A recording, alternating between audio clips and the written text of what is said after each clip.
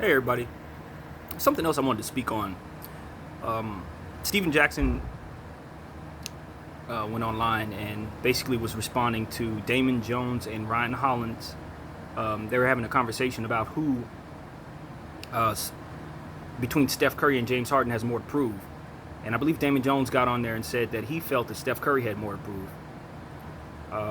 From that came Matt Barnes and Steven Jackson basically having conversations, and I believe it was I want to remove Matt Barnes from this. Actually, he's doing a show with Steven Jackson. That's why his name got brought up here. But no, he was not a part of this conversation until the show that I'm going to mention right here. So I was watching a TV show, and they with Marcellus Riley.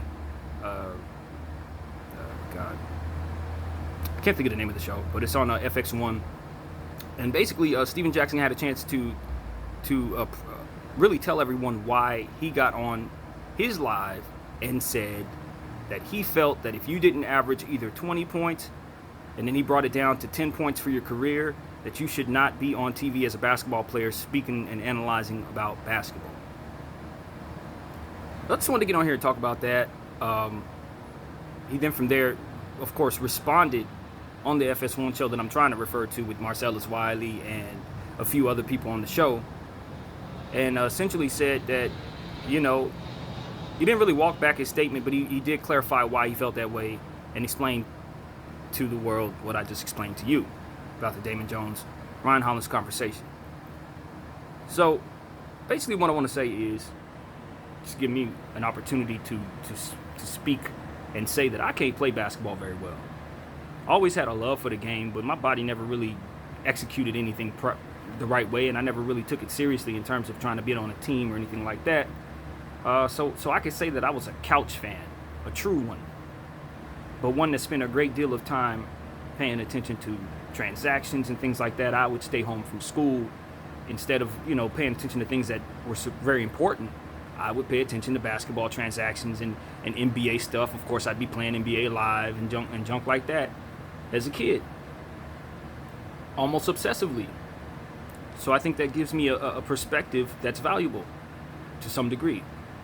Now, when it comes to the logistics of the game, terminology and stuff like that, you may notice that I don't know a whole lot about that. And I will tell you I don't know a whole lot about that. But that doesn't mean I haven't watched countless hours of basketball my whole life. I've played basketball a great deal. Not organized basketball, but I've played a lot, So I've paid attention to the game. Of course, the 2K heads, I'm one of them. Put a lot of hours into that over the last 15 years, more or less.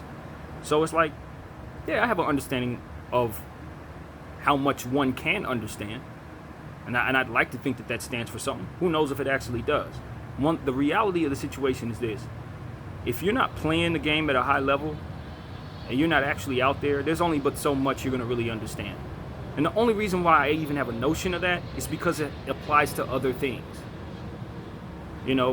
That is just what it is. If you don't have experience in something, you're not actually there, there are certain things that you may miss.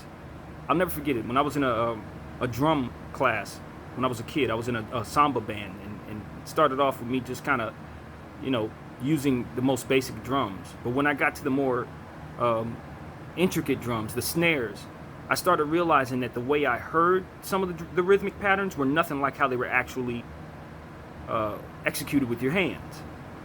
Like, you could hear the sounds, so when you try to mimic them, you mimic them a certain way, but when it's time to actually play them, you're doing entirely different stuff. So that example has given me an understanding of how vast my ignorance possibly is in the things that I don't understand. And that pertains to basketball, I would have to imagine. What I think I see out there, what I believe is going on. If you don't know what the coaches are doing, if you don't know what the players are thinking, if you don't have that synergy, if you don't understand the sweet science from a player's perspective, there's only but so much you're going to be able to input. However, again, there's a point in time where you have to say the spectator's perspective matters. And I think that's what LeVar Arrington, who was also on the show that I was watching, was saying. That was his point. Yeah, I didn't play basketball, but because I didn't play basketball, I've been watching from my seat And that's something that you don't have perspective on because you may be too close to the situation. Maybe you don't know how we see it, so it's hard for you to understand how we feel as fans.